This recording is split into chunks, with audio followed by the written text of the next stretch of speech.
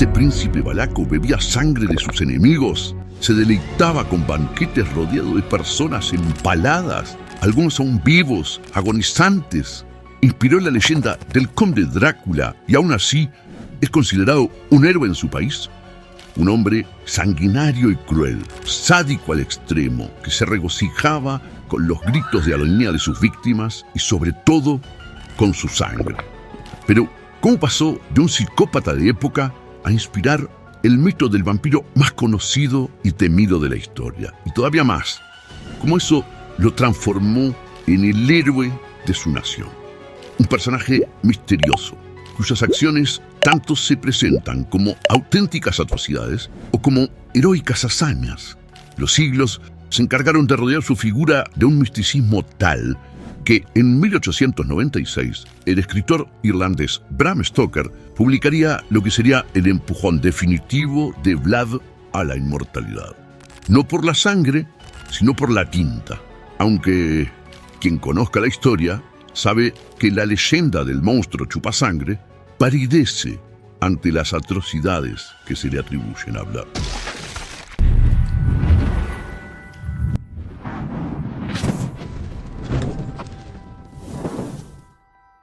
En el siglo XV, en las brumosas tierras de Transilvania, en Sigisoara, nació Vlad III de Valaquia, posteriormente conocido como Vlad Tepes, el Empalador. Se desconoce la fecha exacta de su nacimiento, pero se estima que fue en torno a 1430. Fue el mediano de los hijos de Vlad II y hermano de Mircea, el mayor, y Radu, el menor. También tuvo un cuarto hermanastro, aunque ilegítimo por parte de padre, que también se llamó Vlad y fue apodado el Monje, quien tomará relevancia más adelante en esta historia. Transilvania, donde nació, y Valaquia, donde gobernó, eran dos reinos con carácter de principado que ocupaban mayoritariamente lo que hoy es Rumania, entre los reinos de Moldavia y Hungría, y fronterizos al sur con Bulgaria, lo que en aquel entonces eran tierras conquistadas por el pujante y amenazante Imperio Otomano. Esta condición bisagra entre dos superpotencias propició que otomanos y húngaros se disputaran estos reinos vasallos y los usaran de escenario para sus intrigas de poder, azuzando las diferencias de sus líderes con la misma frecuencia que estos últimos los utilizaron para derrocar y defenderse de los distintos pretendientes que cambiaban de bando con regularidad. Esto le valió a la región una turbulenta y cruenta historia, en donde el gobierno pasó de mano en mano hasta 18 veces en el siglo XV, y de la cual nuestro amigo Vlad, el Empalador, fue el protagonista. Vlad vivió rodeado de intrigas políticas al mejor estilo Game of Thrones, donde los boyardos, nobles de distintas casas, se apuñalaron a menudo a traición para saciar sus ansias de poder. Ya desde joven, Vlad sería víctima de estas intrigas. La primera, luego de que su padre accediera al trono de Valaquia en 1436, tras la muerte de su medio hermano Alejandro Aldea, quien apoyaba al sultán otomano Murad II. Uno pensará, ¿qué tiene de trágico que el padre de uno acceda al trono de un principado? Pues bien, Vlad II, el padre de nuestro protagonista de hoy, había sido criado en la corte de Segismundo de Luxemburgo como un ferviente católico, y se le había concedido el honor de ingresar a la Orden del Dragón, una organización compuesta por 24 nobles varones probados en batalla y de fe cristiana incuestionable, lo que le valió el título de Vlad Drácul, el caballero dragón. Aquí nuestra primera referencia concreta al mito del conde Drácula, ya que a su hijo se le llamaría Vlad Draculea, el hijo del dragón, o Drácula. Cabe destacar que posteriormente el término Drac en rumano sería asociado al demonio y no al dragón, y la confusión ayudó a alimentar la leyenda de este como un vástago del diablo.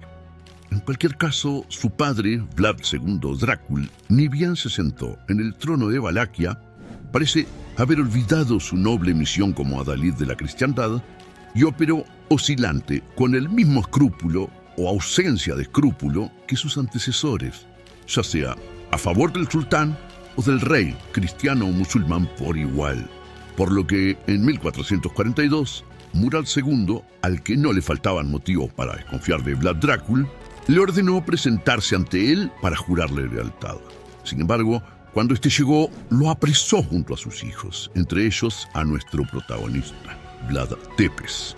En este interín, Vladislao III, rey de Hungría, ni lerdo ni perezoso, aprovechó para poner en el trono de Valaquia al primo de Vlad Drácul, Basarab II, por lo que el sultán tuvo que liberar a Drácul, el padre, con la esperanza de que cumpliera su promesa de lealtad y recuperara Valaquia en favor de los otomanos. Aunque no de esperanzas vivía el sultán. No se llega a sultán del Imperio Otomano siendo un gil, y se previno de cualquier traición manteniendo a sus dos hijos menores, Vlad Tepes, nuestro protagonista, y Radu, su hermano menor, como rehenes, mientras liberaba a Vlad Drácul padre y Mircea, el hermano mayor. Vlad Drácul retomó el trono de Valaquia con gran rapidez. Lo que no pudo recuperar fue a sus hijos, que se mantuvieron cautivos por el sultán como un medio extorsivo y disuasorio ante cualquier traición. Sin embargo, miren qué padre notable Vlad Drácul, que luego de mantenerse neutral durante un breve periodo, decidió volver a rebelarse contra los otomanos, convencido que sus hijos serían un sacrificio necesario a la razón de Estado. Así, apoyó a Juan Hunyadi, rey de Transilvania, o vaivoda de Transilvania, porque en ese entonces se le llamaba vaivoda a los gobernantes de Transilvania, Moldavia y Valaquia, y dirigió personalmente algunas campañas que le propiciaron duras derrotas al sultán. La historia del pequeño Vlad pudo haber terminado aquí, mucho antes de esparcir el terror que inspiró la leyenda del vampiro. Sin embargo, Murad II, más por pillo que por piadoso, prefirió perdonar la vida de los chicos y aún más, tratarlos con la misma nobleza con la que trató a su propio hijo, Mehmed II, con el que se criaron como hermanos.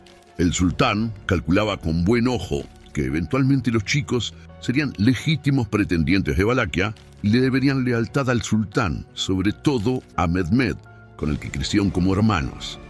Vlad y Radu vivieron entonces en la corte otomana como auténticos príncipes. Se les facilitó la mejor educación en cálculo, álgebra, latín, etiqueta, poliorcética y en todo lo que un príncipe de élite necesita instruirse.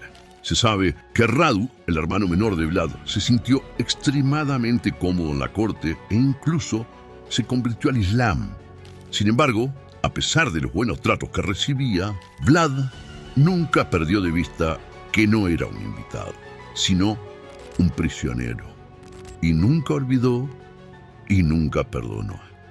Mientras tanto, el padre de Vlad, Drácul, fiel solo a su carácter, volvería a cambiar de bando, lo que lo enemistó con su anterior aliado, Juan Hunyadi.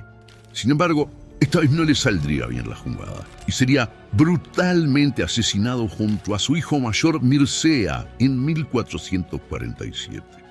Aparentemente, los nobles boyardos valacos conspiraron con Hunyadi para capturarlos a traición, torturarlos y luego enterrarlos con vida.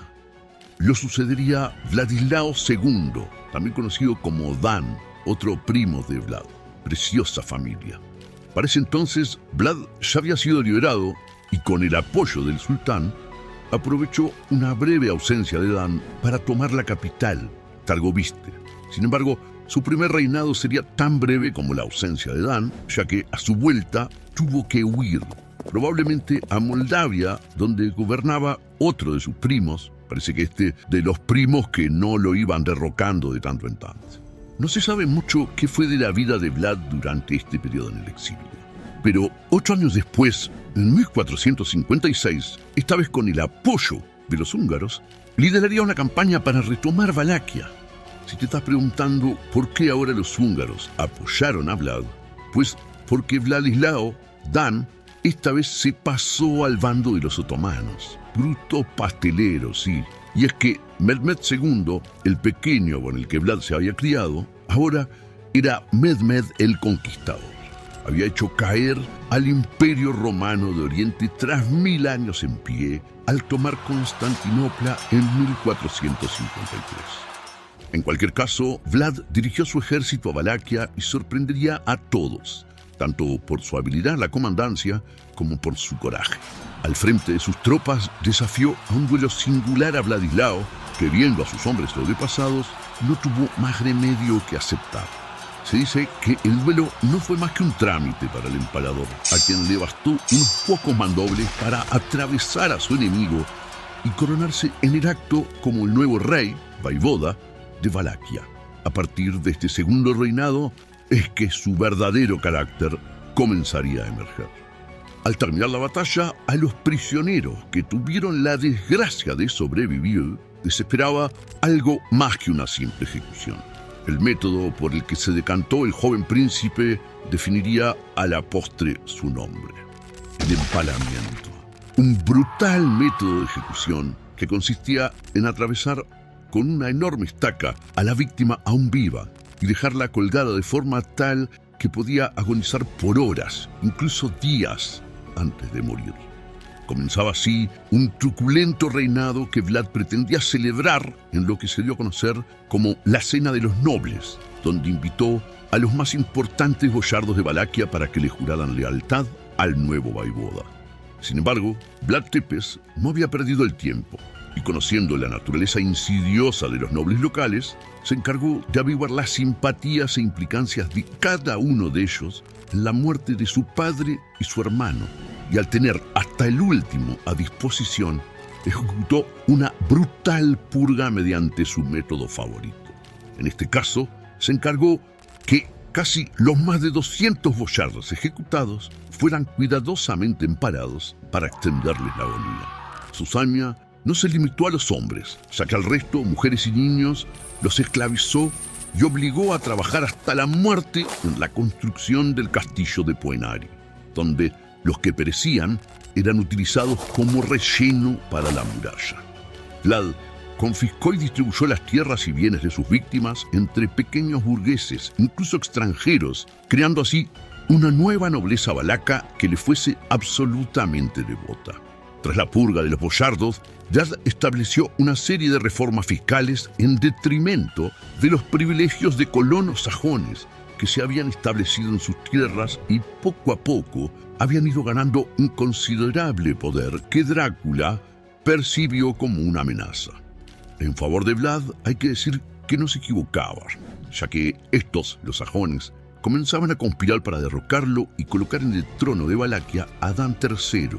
Empezó así una revuelta contra Drácula que éste aplastaría sin contemplaciones.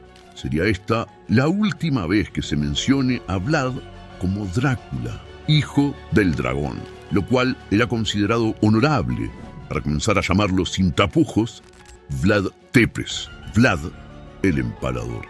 Se cuenta que mientras aplacaba la rebelión, se encargó de empalar a más de 30.000 personas, incluyendo mujeres, niños y niñas. Crónicas sajonas incluso lo retratan en un banquete deleitándose entre los cadáveres y moribundos que había torturado.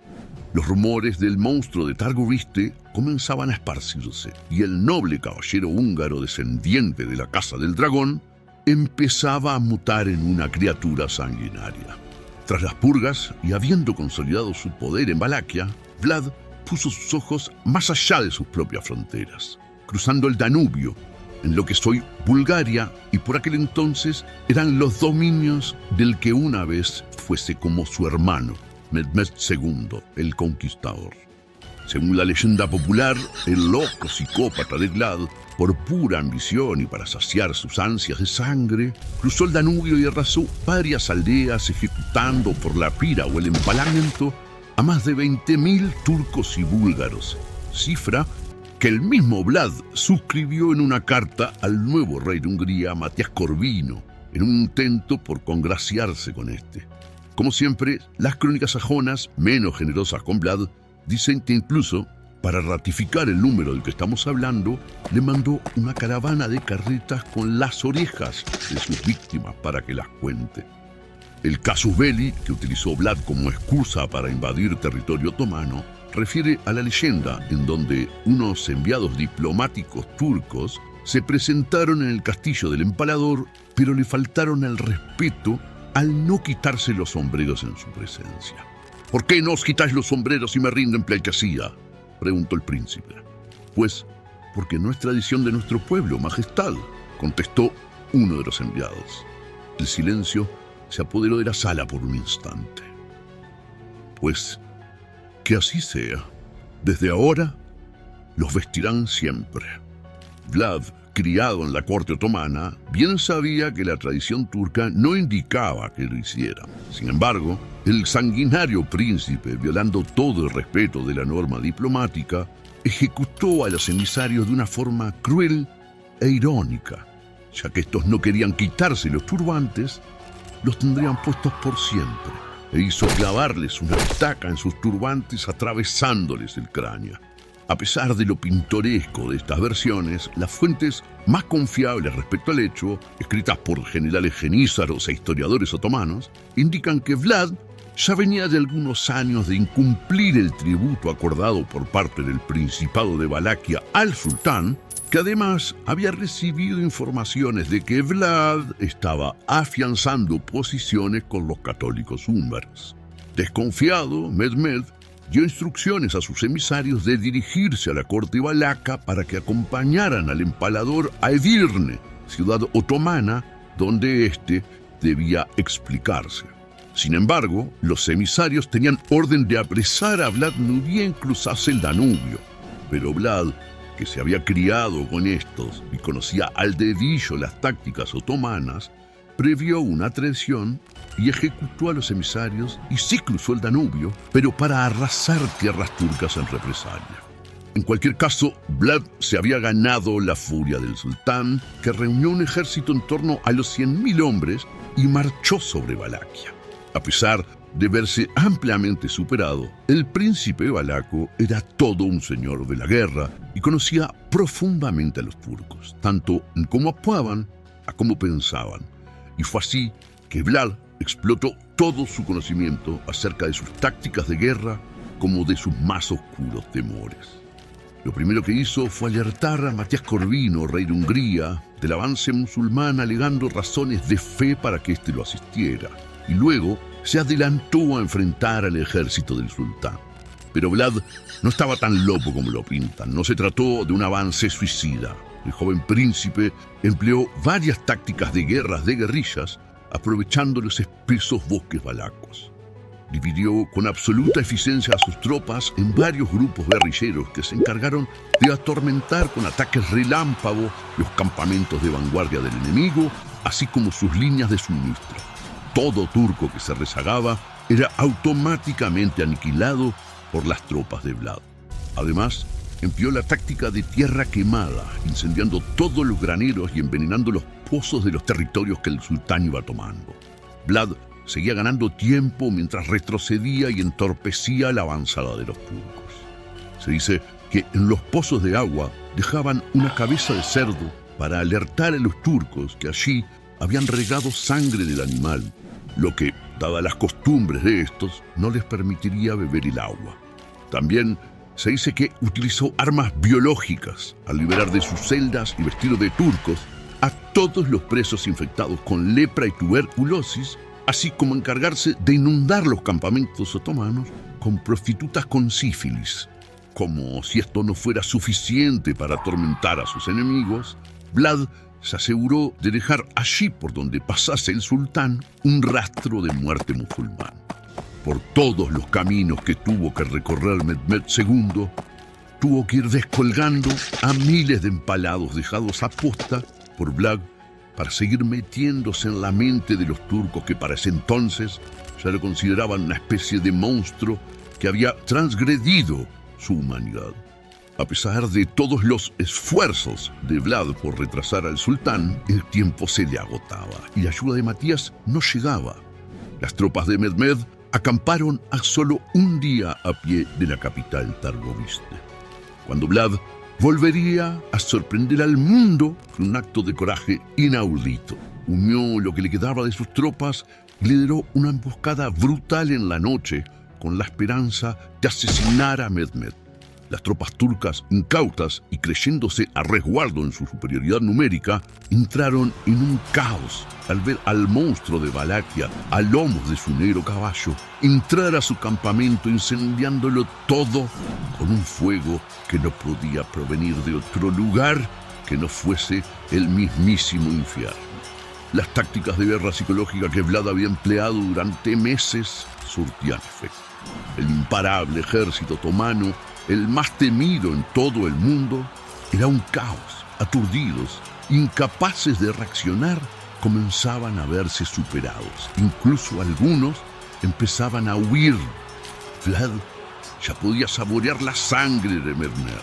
La tienda del sultán yacía a poco más de 100 metros cuando las tornas comenzaron a cambiar. Sus tropas dejaban de avanzar. Hombre tras hombre empezaban a retroceder. ¿Qué sucedía? A lomos de su caballo los reconoció. De entre las llamas y provenientes de la tienda del sultán, ya los había visto en su juventud, cuando niño en la corte otomana, ataviados en opulentas túnicas ornamentadas con hilos de oro, cotas de malla ligera, quilijes o sables de élite ideales para el combate tanto a pie como a caballo, y sobre todo sus máscaras, aterradoras, sin vacilar o retroceder un solo centímetro, avanzando paso a paso con la firmeza de un león. No se podía distinguir qué emociones escondían aquellas máscaras, pero de seguro el temor no era una de ellas. Con una coordinación absoluta y una precisión quirúrgica iban abatiendo todo a su paso. Eran los genízaros, la fuerza de élite otomana que atemorizaba al mundo cristiano. Guerreros con un altísimo nivel de entrenamiento, comparados con leyendas como los hoplitas de élite espartana y la guardia pretoriana romana. Pocos minutos tuvieron que pasar de la intervención de los genízaros para que Vlad reconociera la derrota y ordenara la retirada. Mehmed II se alzaba otra vez victorioso en sus campañas de conquista y emprendía su marcha triunfal hacia la capital valaca. Lo que no sabía es que aún le deparaba una última y macabra sorpresa. La mañana posterior al asalto, las tropas del sultán debían recorrer 8 kilómetros para entrar en la capital valaca. Y lo que debió ser una entrada triunfal como conquistador, Vlad se encargó que fuese su peor pesadilla. Para ingresar a la ciudad, Mehmed tuvo que recorrer lo que se dio a conocer como el Bosque de Muertos. 23.844 empalados erigían un bosque de muerte y agonía alrededor de la ciudad. La leyenda cuenta que el sultán nunca había visto algo así. Aquello no podía ser obra de humano alguno. Se encontró tan sobrepasado por el horror que desistió de cazar a Vlad más allá de los montes Cárpatos. Mehmed, que no conocía aún lo que era retroceder, volvió a Constantinopla, habiendo sí conquistado Valaquia, pero sin cumplir su promesa de asesinar a Vlad y ocupar Transilvania, Moldavia y Valaquia. Vlad el Empalador le ponía así al gran conquistador el primer freno importante en sus ansias expansionistas. De todas formas, Mehmed acababa con el segundo reinado de Vlad, coronando nada más y nada menos que a Radu, hermano menor del Empalador. Cansado de esperar por el ejército de Matías Corvino, Vlad se dirigió a Hungría para unir sus fuerzas a las del rey y retomar Valaquia desde allí. Lo que no sabía es que la demora de las tropas de Matías no eran producto de la negligencia o la torpeza, sino de la traición. Matías había estado utilizando a Vlad desde el principio, incluso antes de que estallara el conflicto. Lo utilizó como parapeto constante de los otomanos, mientras Matías podía resguardarse tras sus fronteras y evitar un conflicto abierto contra Mehmed II, el gran conquistador de Constantinopla. Así que ni bien Vlad pisó Buda en 1462, la capital húngara, fue apresado, y a pesar de las crónicas sajonas del Empalador como un monstruo sanguinario venido del infierno, Lo cierto es que al Papa Pío II le venía resultando más bien simpático el príncipe valaco, que había disuadido el avance otomano en tierras eslavas. Por lo que Matías, para justificar ante sus aliados cristianos el cautiverio, del que a ojos de los cruzados era un adalid de la fe, le hizo llegar al Papa 3 cartas presuntamente escritas por Vlad, en las que éste conspiraba con el sultán para entregarle la llave de las tierras eslavas a los otomanos. A la postre, se ha demostrado que las cartas eran meras falsificaciones. Ni la caligrafía ni la redacción eran propias del bravo carácter que solía emplear Vlad, y la sumisión que éstas profesaban eran desconocidas para el emperador, que además, a diferencia de las cartas escritas en un burdo latín, era un experto en la materia. Durante este periodo en cautiverio, los rumores de Vlad el Empalador como un monstruo sanguinario se hicieron ya una necesidad. Matías Corvino tenía que justificar sus acciones y se promovió una campaña de difamación contra Vlad en la que se lo retrató como un demonio. En su celda, aburrido por falta de víctimas, descuartizaba las ratas y ratones que conseguía cazar, y cuando aún estaba en libertad, se dice que solía beber la sangre de sus enemigos.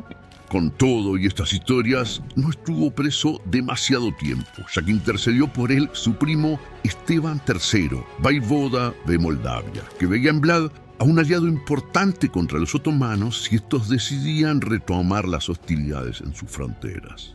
En ningún caso esto significó que Matías lo liberase completamente. Vlad estaba confinado a los territorios de Buda y Pest, y asimismo lo obligó a casarse con su prima Ilona, con la esperanza de tenerlo mejor vigilado.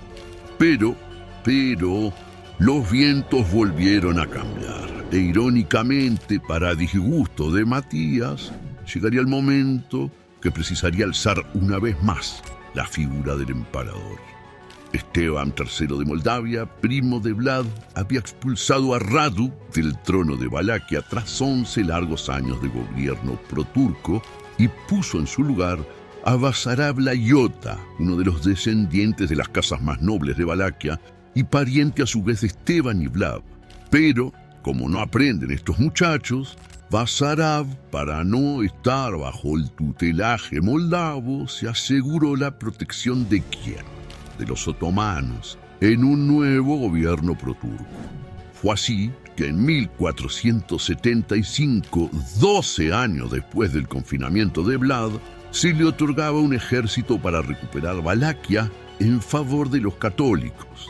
Para justificar este cambio de discurso es que comenzaron a esparcirse nuevos rumores sobre el empalador, en los que ya no se hablaba de un demonio sanguinario poseído por el mismísimo infierno, sino más bien como un príncipe atormentado por las vicisitudes de su época, que hizo lo necesario para asegurar la independencia de su tierra, la estabilidad de su gobierno contra boyardos insidiosos y, sobre todo, para defender los valores cristianos en toda Europa.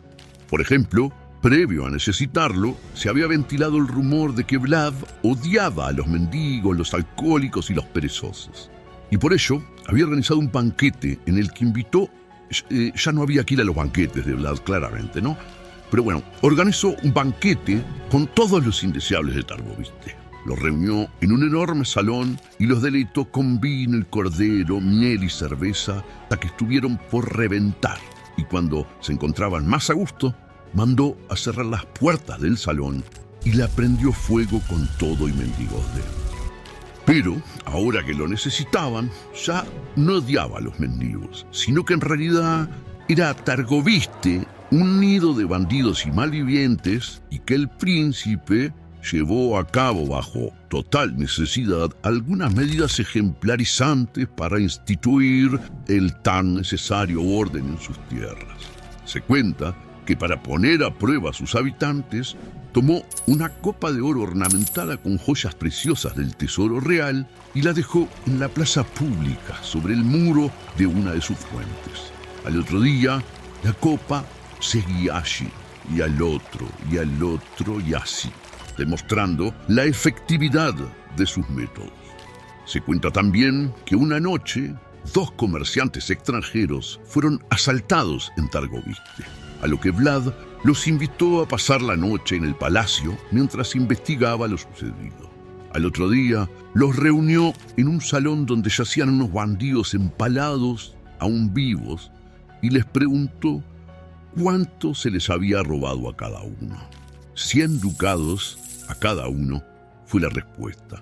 Entonces Vlad les advirtió que aquellos hombres eran los ladrones y que les devolvía lo que les habían robado y que lo contaran si eran tan amables.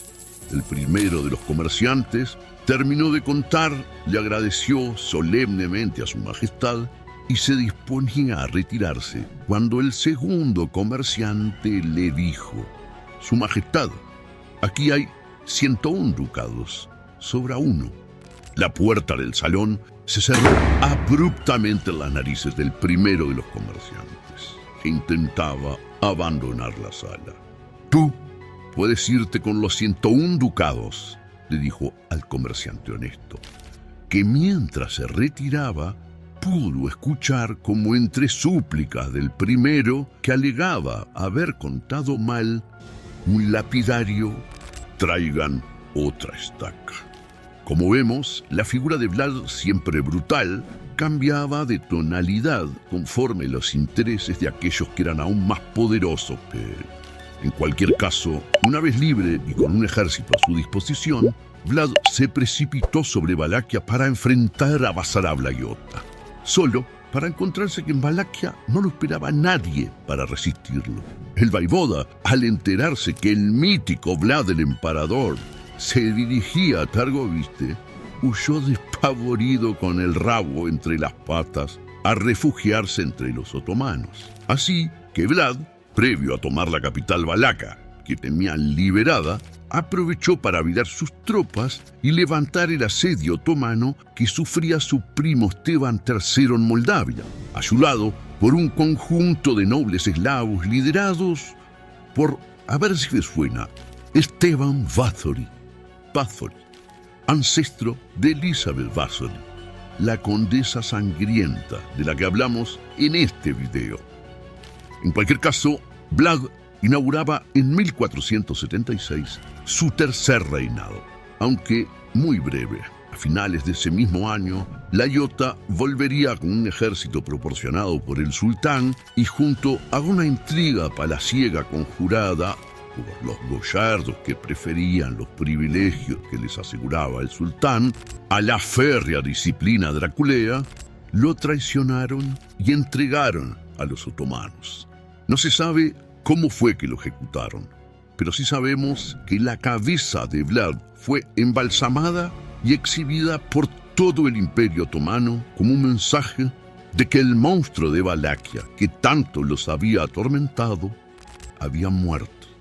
Eventualmente, los Báthory, junto al vaivoda moldavo, apoyaron a otro viejo conocido de Vlad Tepes, Vlad el monje, el hermanastro ilegítimo que les mencionamos al principio del video, quien gobernaría Valaquia durante un largo periodo, ya que húngaros y otomanos estaban cansados de combatir y porque las purgas de Vlad, crueles o no, habían estabilizado el reino y centralizado el poder.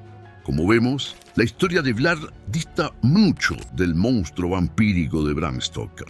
Y, a pesar que se lo quisiera retratar como un demonio por sus enemigos, fue un aliado fundamental del papado y el cristianismo contra el invasor otomano y el avance del Islam. A pesar de su crueldad y de las crónicas húngaras, sajonas y otomanas que lo retratan en su peor versión, las crónicas rumanas posteriores y las tradiciones orales folclóricas, muchas de ellas recogidas luego en obras y poemas, lo retratan como un príncipe fuerte y honorable que justificaba su tiranía por la crueldad de los tiempos que le tocó vivir. De hecho, su figura ha sido utilizada en múltiples ocasiones a lo largo de la historia como símbolo de resistencia e independencia por distintos líderes rumanos que lo presentan como un héroe nacional. Otra vez, podemos ver cómo la historia cambia de acuerdo al cristal con que se la mire y qué tan delgada puede ser la línea entre el héroe y el monstruo.